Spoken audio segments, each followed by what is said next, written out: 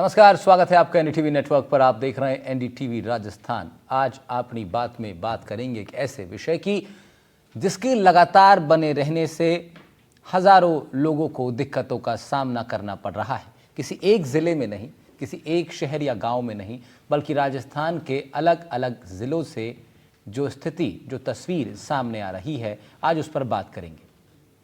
अस्पतालों में लंबी लंबी कतारें लगी हैं और इलाज करने वाला कोई मौजूद नहीं। राजस्थान में रेजिडेंट डॉक्टरों की आए दिन होने वाली हड़ताल से मरीजों की मुश्किलें बढ़ गई हैं। नौबत ये आ गई है कि मरीजों की सर्जरी तक टालनी पड़ी। जयपुर में 100 से भी कुछ ज़्यादा और बीकानेर में भी 50 ऑपरेशंस को टालना पड़ा है। आपको जानकर हैरानी होगी कि 10 महीने में ये 5वीं बार है जब हड़ताल चल रही है। ये स्थिति तब है जब खबर हमेशा ये आती है कि सरकार से सकारात्मक बातचीत हुई है, और अब तो स्थिति ये आ गई है कि सीनियर्स डॉक्टर्स ने भी रेजिडेंट डॉक्टर्स का साथ छोड़ दिया है, या यूं कहें कि वो हड़ताल में उनके साथ नहीं है। सवाल है कि क्या हड़ताल ही हर मांग का समाधान है? वो भी तब जब डॉक्टरों की सेवा जरूरी सर्विसेज के दायरे में भी सबसे महत्वपूर्ण सर्विसेज में आती है। बार बार अगर डॉक्टर्स हड़ताल पे जाएंगे तो फिर स्थिति क्या होगी और कैसे उसका समाधान निकलेगा, इस पर आज चर्चा करेंगे। सबसे पहले आपको 3-4 चीज़ें दिखाते हैं। सबसे पहले आप देखिए, एसएमएस मेडिकल कॉलेज के प्रिंसिपल डॉक्टर दीपक माहेश्वरी ने डॉक्टर्स की, रेजिडेंट डॉक्टर्स की हड़ताल पर क्या कुछ कहा है। जो पेशेंट्स आ रहे हैं उनका पूरा ख्याल रखा जा रहा है और व्यवस्थाएं सुचारू रूप से चल रही हैं। सरकार ने भी हमें बहुत मदद की है। हमारे पास थोड़ी देर में मेडिकल ऑफिसर्स भी आने वाले हैं एक्स्ट्रा, तो हम संभाल के रखेंगे। इनसे सर कोई बातचीत हुई है अभी रेजिडेंट डॉक्टर्स वगैरह? देखिए, हमारी तो बातचीत होती रहती है, हमारे कॉलेज का हिस्सा है, तो बात तो हम करते रहते हैं। हम उनको हमेशा समझाते रहते हैं कि आपको स्ट्राइक नहीं करनी चाहिए। स्ट्राइक का हेल्थ सर्विसेज पे, डॉक्टरी प्रोफेशन में, मेडिकल की प्रोफेशन पे, डॉक्टर्स की रेस्पेक्ट पे बहुत अंतर पड़ता है। हम सब लोग मिलकर, मैं ही नहीं, पूरा का पूरा प्रशासन मिलकर इनको ये समझाने की कोशिश कर रहा है कि आप काम पर वापस आते हैं। तो एसएमएस मेडिकल कॉलेज के प्रिंसिपल को सुन रहे थे आप। अब आपको 2 जगहों से, राजधानी जयपुर और अजमेर से, आपको रिपोर्ट दिखाते हैं। दरअसल हमने अपने संवाददाताओं को वहां पर भेजा ये जानने के लिए कि वहां पर ग्राउंड पर स्थिति क्या है जब रेजिडेंट डॉक्टर्स हड़ताल पर हैं। पहले जयपुर की रिपोर्ट देखिए, फिर अजमेर की रिपोर्ट भी देखिएगा। रेजिडेंट डॉक्टरों की हड़ताल आज भी जारी है। अब उन्होंने ओपीडी सेवाओं के साथ साथ इमरजेंसी सेवाओं का भी बहिष्कार किया है। ओपीडी सेवाओं से बहिष्कार का असर साफ तौर पर यहां देखने को मिल सकता है। ये मैं इस वक्त कार्डियोलॉजी जो डिपार्टमेंट है उसके मेडिसिन डिपार्टमेंट के बाहर हूं और ये कतार देखिए आप।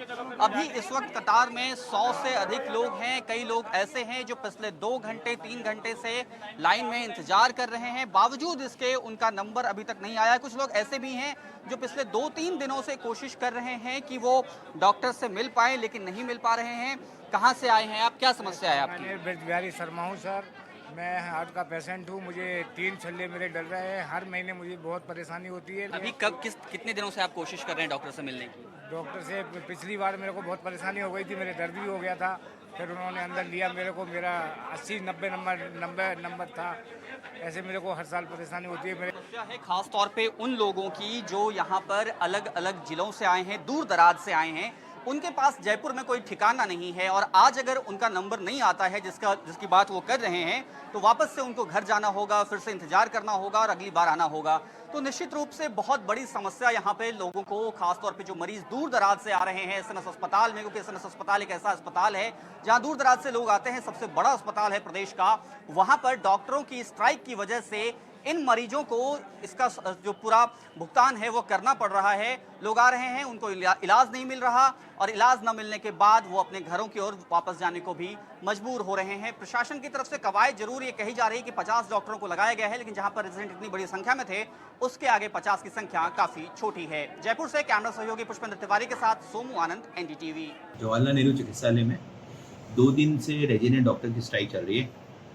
उस स्ट्राइक के अंदर अभी जो एमडी और एमएस के रेजिडेंट है वो स्ट्राइक में है। सीनियर रेजिडेंट अभी काम कर रहे हैं और ये मेडिकल ऑफिसर काम कर रहे हैं, जूनियर रेजिडेंट काम कर रहे हैं, फैकल्टी काम कर रही है। तो हमने यहाँ पर पूरी व्यवस्था बना रखी है ओपीडी और आईपीडी के अंदर और इंडोर के अंदर। इंडोर के अंदर जूनियर रेजिडेंट और सीनियर व्यवस्था संभाल रहे हैं, कैजुअलिटी के अंदर फैकल्टी व्यवस्था संभाल रही, ओपीडी में फैकल्टी व्यवस्था संभाल रही। तो अभी इस तरह से हमें कोई काम में कोई भी समस्या नहीं आई है और ऑपरेशन भी बराबर हो रहे हैं यहाँ पर। पीजी रेजिडेंट डॉक्टर्स की विभिन्न मांगों को लेकर अजमेर संभाग के सबसे बड़े जवाहरलाल नेहरू अस्पताल में आज दूसरे दिन भी पूर्ण रूप से कार्य का बहिष्कार नजर आया और इस दौरान मरीजों को कुछ हद तक परेशानी का सामना करना पड़ा। वहीं जो सीनियर रेजिडेंट डॉक्टर हैं उन्होंने पूरे अस्पताल में जिम्मा संभाला हुआ है। मैं इस वक्त खड़ा हूं अजमेर जेएलएन हॉस्पिटल की ओपीडी डिपार्टमेंट में। यहाँ पर देख सकते हैं जो मरीज है वो काफी लंबी लंबी लाइनों में यहाँ पर नजर आ रहे हैं। हालांकि जो चिकित्सक हैं उनका कहना है कि मरीजों को किसी प्रकार की कोई जो प्रॉब्लम है वो नहीं आने देंगे। आप तस्वीरों में देख रहे हैं जिस तरीके से मरीज हैं। माता जी कितनी देर हो गई है आपको यहाँ? 15-20 मिनट तो हो गए। किस चीज के लिए आए हैं? ये शुगर और बीपी और इन सब के लिए दवाई लेनी है। आप बताएं भैया कितना टाइम हो गया? 10 मिनट से ज्यादा 10-15 मिनट नहीं हो। अब है जो है ही परेशानी, तो भीड़ में सब जो खड़े हैं, हम भी खड़े हैं, सरकारी हॉस्पिटल है तो सबके लिए सुविधा तो उस हिसाब से होगी ना सर। डॉक्टरों की हड़ताल है नहीं, उसकी वजह से। हाँ, डॉक्टरों की हड़ताल की वजह से थोड़ी बहुत प्रॉब्लम हो रही है, बाकी सब अपने अपने हिसाब से देख रहे हैं। जी चलिए आप बताएं, आप ये लाइन में खड़े हुए हैं, कितनी परेशानी आ रही है? बस ये इधर गर्मी भी बहुत तेज है, जब पेशेंट की हालत खराब हो जाती है इस लाइन में इतनी दूर, वो वैसे ही बीमार होते हैं और इतनी लंबी लाइन रखे तो वो सब बहुत परेशान होते हैं। इस चीज का ध्यान रखते हुए तो डॉक्टर को इस बारे में ध्यान रखना चाहिए। अभी बताएं सरकार और रेजिडेंट डॉक्टर्स के बीच में लगातार पिछले कई टाइम से हड़ताल चल रही है, तो बीच का रास्ता निकलना चाहिए कि आम पब्लिक को परेशानी। जरूर, अगर दोनों अपनी इच्छा से थोड़ी सहमति से अगर वो ध्यान रखे तो बीच का रास्ता 100% मिल जाएगा, लेकिन ये दोनों की सहमति से होगा। अभी वर्कलोड पहले से ज़्यादा बढ़ गया है, क्योंकि पहले जूनियर रेजिडेंट्स होते थे तो उसमें काफ़ी हेल्प मिल जाती थी, लेकिन अभी आईसीयू, कैजुअलिटी और ओपीडी तीनों चीज़ें ही हमें देखनी पड़ती है। खैर हमारे सीनियर्स हैं, वो भी सपोर्ट करते हैं, वो भी काम करते हैं, बट वर्कलोड तो पहले से बढ़ा है। जो पीजी रेजिडेंट डॉक्टर हैं क्या उनके समर्थन में आप लोगों को जाने का भी है कुछ प्लान? नहीं, अभी तक तो ऐसा कुछ डिसाइडेड नहीं है। जैसे ही एसोसिएशन का कुछ भी डिसीजन होगा वो पब्लिकली नोटिस में आ जाएगा। क्या मान के चलते हैं, सरकार ने आश्वासन दे रखा है इस मामले में पूरा करने के लिए? क्या आप ही तो देखिए अजमेर और जयपुर दो जगहों से आपको रिपोर्ट दिखा रहे थे हम। रिपोर्ट दिखाना इसलिए ज़रूरी था कि ताकि आप ग्राउंड की स्थिति को समझ पाएं। अब ये स्थिति कैसे बदलेगी, क्या कुछ इसमें जो चीज़ें हैं, जो लूप होल्स हैं, कैसे वो कवर अप हो सकते हैं, इस पर बात करने के लिए हमारे साथ आज एक खास पैनल मौजूद है। डॉक्टर शुभांकर शुक्ला मौजूद हैं, प्रवक्ता हैं रेजिडेंट डॉक्टर एसोसिएशन जयपुर के। स्वागत है आपका। डॉक्टर नरेंद्र गुप्ता हैं, सामाजिक कार्यकर्ता हैं आप और फिजिशियन भी हैं, स्वागत आपका भी सर। डॉक्टर भरत सिंह शेखावत हमारे साथ हैं, आप एडिशनल प्रिंसिपल हैं मेडिकल कॉलेज कोटा के, और साथ ही साथ हमारे साथ कानूनी पहलुओं पर बात करने के लिए जुड़ेंगे आदित्य जैन साहब, अधिवक्ता हैं आप सुप्रीम कोर्ट में। सबसे पहले शुरुआत करेंगे डॉक्टर शुभांकर शुक्ला जी से, जो कि रेजिडेंट डॉक्टर एसोसिएशन के प्रवक्ता हैं। लिहाजा अब शुभांकर जी आप जरा बताइए क्या इस वक्त स्थिति है। लगातार आप लोग बैठे हैं अपनी मांगों को लेकर, खबर बार बार ये आती है सरकार से सकारात्मक बातचीत हो गई है, बार बार आप लोग भी ये देख रहे हैं कि अब हर अखबार में ये खबर है, ना सिर्फ राजस्थान के बल्कि दिल्ली तक ये खबर है कि भाई 100 से ज़्यादा सर्जरीज पेंडिंग है जयपुर में, 50 से ज़्यादा बीकानेर में, अन्य अस्पतालों की भी यही स्थिति है। क्यों आप लोग अडिग हो गए हैं बिल्कुल ही अपनी मांगों को लेकर? क्यों एक फ्लेक्सिबिलिटी क्यों इस बार नहीं दिखाई दे रही है? सर नमस्कार। जैसा कि हमारा हमेशा से यही जो डे 1 से हमने 8 तारीख से जब स्ट्राइक स्टार्ट की थी उसके बाद से हमारा लगातार एक ही स्टैंड है कि सरकार हमारे साथ एक सकारात्मक वार्ता करे, हमें बताए जो हमारी बातें उनको लगती हैं कि जायज़ मांगे हैं उनके ऊपर एक्शन ले, और जो लगता है उनको कि नहीं इसमें कुछ गलत है उसमें हमें समझाएं कि इसमें आपकी ये कमी है और ये चीज़ इस तरह से पूरी होगी। हम उसके लिए हमेशा से तैयार थे। उसके लिए हमारी पहली जो सकारात्मक वार्ता थी माननीय चिकित्सा मंत्री महोदय के साथ वो 17 अक्टूबर को हुई, मतलब हमारे स्ट्राइक के भी 9वें 10वें दिन। उस वक्त हमारे पास इतना सकारात्मक रुख आया कि आपकी सारी की सारी जो मांगे हैं वो बिल्कुल मानने योग्य हैं और विचारणीय हैं। उस पर हम बिल्कुल जल्द से जल्द एक्शन लेंगे। मैं अपने जितने भी जो ब्यूरोक्रेट्स हैं उनको मैं ये निर्देशित करूंगा कि वो इन मांगों के ऊपर देखें कि इसमें क्या-क्या लीगलिटी है, क्या टेक्निकलिटी है, और इसको लेकर हम कल वापस वार्ता करेंगे। कल भी अगर रास्ता नहीं निकलता है तो हम परसों वापस वार्ता करेंगे। सर 17 अक्टूबर को एक पहली और आखिरी मीटिंग हुई है, उसके बाद से हमारे पास ना तो कोई वार्ता का न्योता है, ना हमें यह बताया गया है कि इस मामले में क्या प्रोग्रेस है। 17 अक्टूबर को आप कह रहे हैं पहली और आखिरी मीटिंग हुई थी वो? जी सर। मतलब उससे पहले बातचीत नहीं हुई, लेकिन काफी बार ये बात सामने आई कि प्रशासन से रेजिडेंट डॉक्टर्स की बातचीत हो चुकी है। जी नहीं सर, जो ऑफिशियल मीटिंग थी एक ही हुई है। 8 अक्टूबर को स्ट्राइक हुई थी स्टार्ट जयपुर में। उसके बाद से 17 अक्टूबर को जो माननीय चिकित्सा मंत्री महोदय हैं उनके साथ एक मीटिंग और पहली और आखिरी मीटिंग हुई थी 17। उसमें क्या कुछ हुआ शुभांकर जी, क्या बात हुई उस मीटिंग में? जी सर, उसमें यही मीटिंग में बात हुई। जो चिकित्सा मंत्री महोदय थे उन्होंने बिल्कुल हमारे सारे जो पॉइंट थे 8 सूत्रीय हमारी जो मांग थी, हर एक मांग पर उन्होंने सकारात्मक चर्चा की। हर एक के बारे में पूछा कि अच्छा ये इस तरह से है तो अच्छा इसमें ये हो सकता है, इसमें ये हो सकता है। उन्होंने सब पे सकारात्मक रूप दिखाया और यह बोला कि आपकी जो जितनी भी मांगे हैं वो सबकी सब जायज हैं। और हमने सर को ये भी बताया कि सर ये आज या कल की मांगे नहीं है, बहुत सारे समय से लंबित है। फिर समस्या कहाँ आ रही है सर? वार्ता बिल्कुल डेडलॉक बन गया है कि वार्ता ही नहीं हो रही है। उसके आगे ना हमें अपडेट दिया जा रहा है, ना कोई प्रोग्रेस बताई जा रही है, ना हमें निमंत्रित किया जा रहा है, ना कोई बैठक हो रही है। हेल्थ मिनिस्टर आपसे आकर के बातचीत कर रहे हैं और वो आश्वासन भी उन्हें दिया है, तो आपको कुछ वक्त तो उनको देना चाहिए। खैर, मैं आऊँगा आपके पास, दोबारा इस पर चर्चा करेंगे, आपका पक्ष पूरी तरीके से जाना जाएगा। लेकिन डॉक्टर भरत सिंह साहब, मैं आपसे ज़रा जानना चाह रहा हूँ, सर मेडिकल कॉलेजेस में काम बहुत प्रभावित हो रहा है और हालांकि आप लोग जो मेडिकल कॉलेज के प्रिंसिपल हैं उनका हमेशा टच तो बना ही रहता है रेजिडेंट डॉक्टर्स के साथ। क्या कोटा में भी सर ऐसी स्थिति नज़र आ रही है? और ऐसी स्थिति जब बनी हुई है तो फिर किस तरीके से आप लोग भी कोशिश कर रहे हैं चीज़ों को सामान्य करने की? देखिए, जब से बच्चों की ये सुरक्षा संबंधी और दूसरी मांगे हैं, ये हमारे ही बच्चे हैं और हमारे लगातार संपर्क में रहते हैं और सरकार लगातार वीडियो कॉन्फ्रेंसिंग के माध्यम से तथा रोज इस तरह के आदेश आते हैं कि बच्चों की सुरक्षा का प्रबंध किया जाए, इनके लिए अलग अलग रेस्ट रूम बनाए जाएं, टॉयलेट्स अलग हों, हमारी जो बच्चियां हैं, फीमेल रेजिडेंट डॉक्टर हैं, उनकी सुरक्षा का ध्यान रखा जाए। तो ऐसा नहीं है कि काम नहीं हो रहा है, लेकिन एक बात समझनी चाहिए कि ये ऐसी चीजें हैं जिनमें फंड्स इन्वॉल्व हैं, जिनमें अकाउंट्स डिपार्टमेंट इन्वॉल्व हैं, उसमें बहुत सारी एजेंसीज इन्वॉल्व हैं। ये कोई रातों रात नहीं किए जा सकते, इनके लिए थोड़ा समय चाहिए। और अगर हम इस तरह से सोचें कि भाई 17 को वार्ता हुई और 20 तक कुछ भी नहीं हुआ, तो इतना जल्दी बहुत मुश्किल है। और बच्चों से हम वार्ता करते हैं। मैं आपको बताऊं कि हमारे कोटा मेडिकल कॉलेज में स्ट्राइक नहीं है। लास्ट टाइम जब तक अभी मेरी सूचना मेरे पास थी, मैं शहर से बाहर हूं अभी, उनको हम समझाने में सफल हुए हैं और वो इस स्ट्राइक में शामिल नहीं है। मैं बच्चों को टीवी के माध्यम से भी ये कहना चाहता हूं कि हम मानते हैं, हम सभी इसी फेज से गुजरे हैं, हम भी रेजिडेंट डॉक्टर हैं, मैं जाड़ का जनरल सेक्रेटरी रहा हूं, लेकिन हमको इतनी व्यग्रता भी नहीं दिखानी चाहिए। कोई भी चीज है उसके सकारात्मक काम हो रहे हैं, सरकार लगातार आदेश देगी। मेरे पास लगभग हर रोज कोई ना कोई आदेश इस संबंध का आता है कि आपने टीवी कितने लगवा दिए, आपने क्या क्या कर दिया, क्या बाकी रह गया, कितना फंड चाहिए, इसकी रोज सूचना सरकार मांग रही है। और ये चीजें हो रही है और आप विश्वास मानिए थोड़े समय में ये हो जाए, पर इसके लिए थोड़ा समय चाहिए। ये ऐसा नहीं है कि हमारे घर में कोई छोटी सी प्रॉब्लम हो और हम खुद ही बैठ के उसको डिसाइड करके उसको ठीक है। तो शुभांकर जी, जब आपके सीनियर्स जो हैं, जो आपके टीचर्स रहे हैं, जब वो आपको ये समझा रहे हैं, आपको आश्वासन भी दे रहे हैं, चलिए ठीक है, समझ में आता है कि आश्वासन से बात नहीं बन पाती है, लेकिन जब एक प्रोसेस भी समझाया जा रहा है और आपके जो बड़े हैं वो भी इस बात को मान रहे हैं कि आने वाले वक्त में बदलाव होगा, ये विषय सामने आया है। आपने खुद बताया कि ये आज के मुद्दे नहीं है, बहुत पुराने मुद्दे हैं और इस बार आप लोगों ने अपनी बात बड़ी मजबूती के साथ रखी है, इन विषयों पर काम होगा। लेकिन अब आप लोग को वापस लौट जाना चाहिए क्योंकि काफी सारे लोग आपकी इस हड़ताल से प्रभावित हो रहे हैं। सर बिल्कुल, हम शुरू से भी यही कह रहे हैं कि हम मध्यस्थता का रास्ता हम भी चाहते हैं।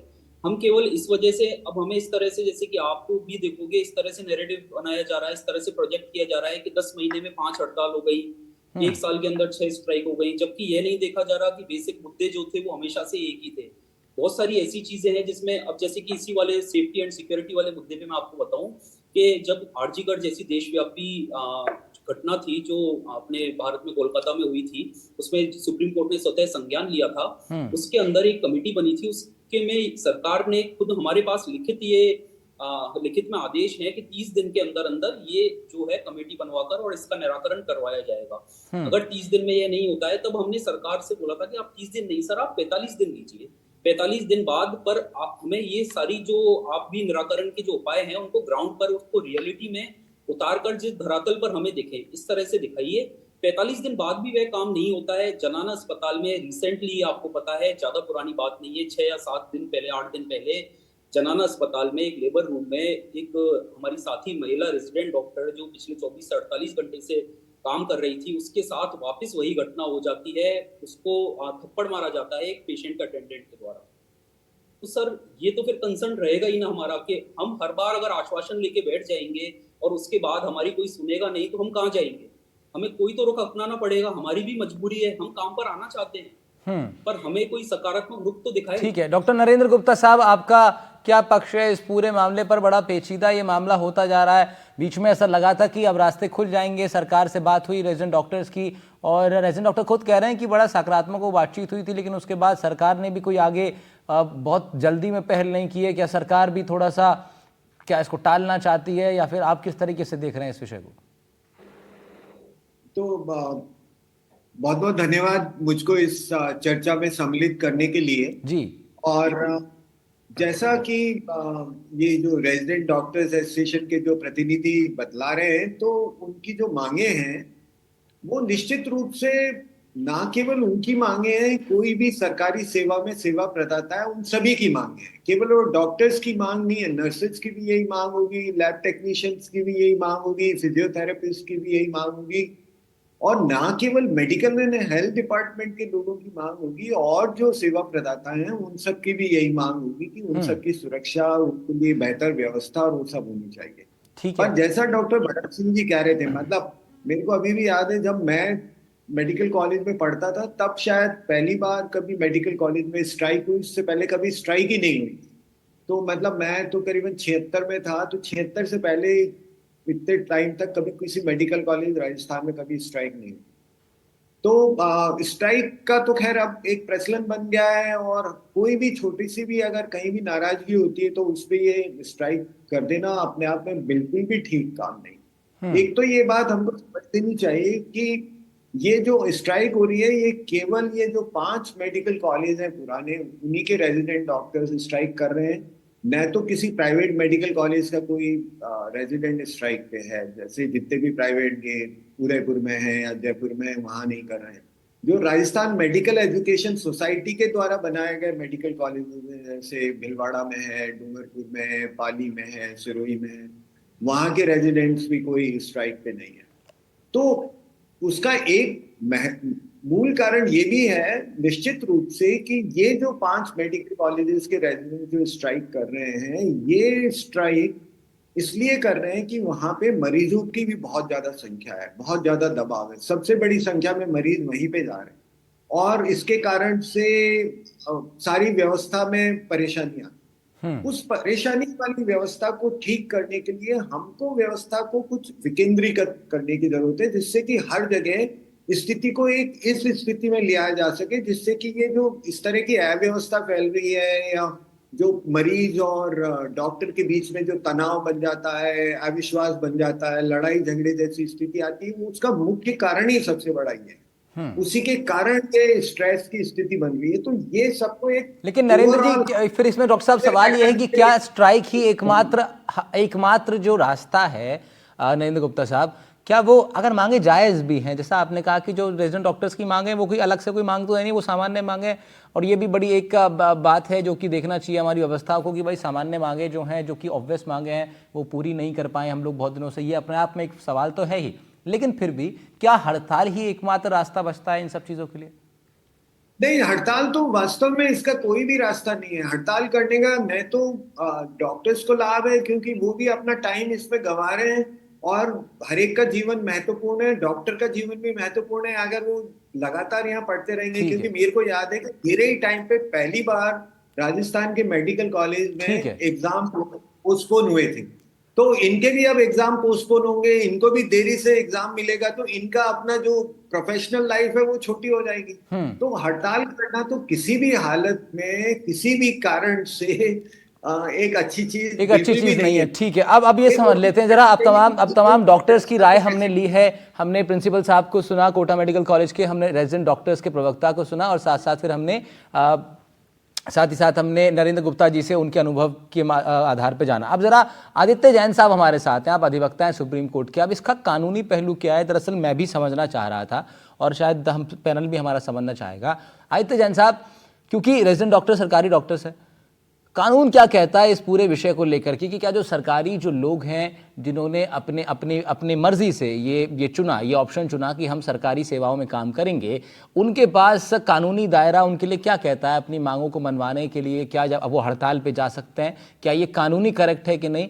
अब शुभांकर जी, आप बिल्कुल ऐसा मत समझिएगा कि हम लोग कोई आपके खिलाफ कोई नैरेटिव, हमने लगातार सपोर्ट में भी चलाया है, लेकिन अब क्योंकि हजारों लोग इससे परेशान हो रहे हैं, इसलिए सवाल पूछा जाना जरूरी है कि क्या हड़ताल के लिए कानून अलाउ करता है? आदित्य जैन साहब जी, ये बहुत अच्छा सवाल है और इस पे मैं सबसे पहले दो चीजें कहना चाहूंगा। सबसे पहले दो प्रोफेशंस ऐसे हैं, एक तो लॉ का और दूसरा एक मेडिसिन का, जहां जो एक नोबल प्रोफेशंस कहलाए जाते हैं। लॉयर्स की स्ट्राइक को सुप्रीम कोर्ट ने कर्नल हरीश उपल के मामले में इलीगल ठहराया है। हालांकि जो डॉक्टर्स की स्ट्राइक है उसके ऊपर कोई ऐसा कानून नहीं है जो ये बोलता है कि स्ट्राइक पे जाना डॉक्टर्स के लिए इलीगल है। इंडिया में तो छोड़िए, यूनाइटेड स्टेट्स ऑफ अमेरिका में भी ऐसा कोई कानून नहीं है अभी तक जिसमें ये बोलते हैं कि डॉक्टर्स को स्ट्राइक पे जाना इलीगल है। वहाँ सिस्टम ये है यूएसए में कि वहाँ प्राइवेटाइजेशन है मेडिकल हेल्थ केयर सर्विसेज का, तो स्ट्राइक्स बहुत कम होती है। इंडिया में सिचुएशन अलग है। अब क्या है, 2002 के रेगुलेशंस है, जो इंडियन मेडिकल काउंसिल के रेगुलेशंस है प्रोफेशनल एटिकेट्स और एथिक्स के, उसमें duties of doctor lay down करी गई है, कैरेक्टर ऑफ अ डॉक्टर कैसा होना चाहिए वो बताया गया है। पर 2002 के जो कानून है, जो नियम है, उनमें कहीं भी ये नहीं बोला गया कि स्ट्राइक लीगल है या इलीगल है। अब हम सुप्रीम कोर्ट की बात करें और अन्य हाई कोर्टों की बात करें, इसमें हाल ही में हमने देखा कि आरजी कर मेडिकल हॉस्पिटल का केस सुप्रीम कोर्ट में जिसकी वो चल रही थी सुनवाई, उसमें सुप्रीम कोर्ट ने बोला कि डॉक्टर्स को काम पे जाना चाहिए और स्ट्राइक नहीं करनी चाहिए। पर सुप्रीम कोर्ट ने सख्त शब्दों में ये कहीं नहीं बोला कि स्ट्राइक जो करेगा वो इलीगल है, वो गैर कानूनी है, क्योंकि इसमें कोई कानून अभी तक बनाया नहीं गया है। हालांकि मध्य प्रदेश हाई कोर्ट ने 2021 में डिवीजन बेंच ने ये कहा था कि जो भी डॉक्टर स्ट्राइक करता है उसके खिलाफ medical council of India regulations के तहत और एसेंशियल मेडिकल सर्विसेज के तहत कार्रवाई की जानी चाहिए। पर इस पे कोई स्पष्ट अभी तक कानूनी निर्णय या सुप्रीम कोर्ट का निर्णय नहीं आया है। और क्या आदित्य जैन साहब, अगर कोर्ट ये कंसर्न शो करे, अगर कोर्ट ये कंसर्न, क्योंकि बीते दिनों में कोर्ट ने अलग अलग मामलों में ये कंसर्न शो करे हैं और आह्वान भी किया कि भाई डॉक्टर्स को स्ट्राइक से बचना चाहिए और उनको, अगर जो स्ट्राइक पर है उनको वापस आ जाना चाहिए, तो क्योंकि कोर्ट ये कंसर्न जब शो करता है तो उसके बाद भी अगर चीज़ें नहीं परिवर्तित होती हैं तो क्या कोर्ट भी इस पर कोई आदेश पारित कर सकता है? क्या ऐसा हो सकता है? जी, इस पे गाइडलाइंस फ्रेम करने की पावर सुप्रीम कोर्ट के पास है, आर्टिकल 142 का पावर इस्तेमाल करके, और सुप्रीम कोर्ट डायरेक्शन भी दे सकता है कि पार्लियामेंट इस पे एक लॉ फ्रेम करे। जब तक लॉ फ्रेम नहीं होता तब तक सुप्रीम कोर्ट सख्त शब्दों में बोल सकता है कि कोई भी डॉक्टर बिना किसी उचित कारण के या बिना किसी स्पष्टीकरण के अगर हड़ताल पे मास स्ट्राइक पे जाते हैं तो उनके खिलाफ मेडिकल काउंसिल ऑफ इंडिया और वो अस्पताल का प्रशासन कार्रवाई कर सकता है। इसकी पावर्स न्यायालय के पास है जब तक कोई कानून नहीं आता। पर अब हम जैसे देख रहे हैं कि हिंदुस्तान में हर जगह डॉक्टर हर जगह हड़ताल पे जा रहे हैं, उनकी मांगे जायज हैं, उनकी मांगे पूरी होनी चाहिए, मैं मानता हूँ। चर्चा, विवाद, वार्ता होनी बहुत जरूरी है, पर उन पेशेंट्स का क्या, उन बीमार व्यक्तियों क्या जो उन पर निर्भर है। आम आदमी आज इंडिया में प्राइवेट हेल्थ केयर अफोर्ड नहीं कर सकता।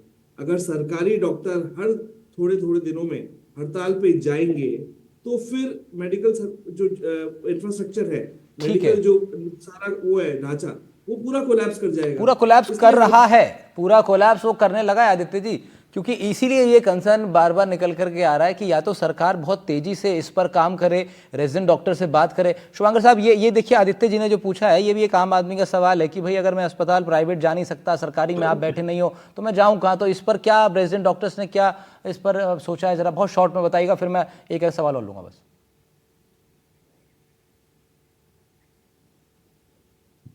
सकारात्मक वार्ता के लिए, मध्यस्थता के लिए बुलाएगी, हम काम पर जस्ट अगले दिन से लौटने के लिए, उसी वक्त से, अगले दिन भी नहीं, इनफैक्ट उसी दिन से लौटने के लिए तैयार हैं, पर हमारी बातें सुनी जाएं कम से कम। ठीक है, तो ये एक बड़ा चीज निकल के आ रही है कि रेजिडेंट डॉक्टर्स को लगता है कि उनसे कॉन्वर्सेशन उस तरीके से हो नहीं रहा है। भरत सिंह साहब, बहुत कम देर है मेरे पास, सिर्फ आपसे जानना चाहूंगा आपका क्या सजेशन है इन तमाम यंग डॉक्टर्स को, आप इनके टीचर रहे हैं, क्या आप कहना चाहते हैं इनसे मौजूदा परिस्थिति में? देखिए सर, परिस्थितियां कभी भी आइडियल मेडिकल प्रोफेशन में हो नहीं सकती है, लेकिन हमारी जो सबसे बड़ी जो परेशानी है, जिसके कारण से रेजिडेंट डॉक्टर भी बहुत परेशान रहते हैं और हमें भी कई बार परेशानियों का सामना करना पड़ता है, सुरक्षा। देखिए, रेजिडेंट डॉक्टर्स हमारे हॉस्पिटल की बैकबोन होती है मेडिकल साइंस में, और वो दिन रात काम करते हैं। मेरा ज्यादा कंसर्न इसलिए है कि आए दिन जो लोग थोड़ा सा मेडिकल प्रोफेशन में पेशेंट की मृत्यु होने पर या दूसरे कारणों से सुरक्षा एक बड़ा मुद्दा है। ठीक है, आप, मैं समझ रहा हूँ। नरेंद्र गुप्ता साहब, 10 सेकंड में बताइए आप क्या कहना चाहेंगे रेजिडेंट डॉक्टर्स के लिए? देखिए, मेरा कहना यह है कि इनको तुरंत हड़ताल समाप्त करके काम पे जाना चाहिए। क्यों जाना चाहिए? क्योंकि ये जिन अस्पतालों में काम कर रहे हैं, वो वहां पर जो हमारे समाज के जो सबसे कमजोर वर्ग के लोग हैं, वहां पे इलाज के लिए आते हैं, उनके पास और कोई वैकल्पिक व्यवस्था नहीं है। ठीक है, सामाजिक दायित्व निभाना चाहिए। ठीक है, आइते जैन साहब, क्या कोई बड़ी कार्रवाई भी कर सकती है? क्या कोई बड़ी कार्रवाई हो सकती है अगर हड़ताल खत्म ही ना हो? अगर कोई ऐसा ही प्रावधान है?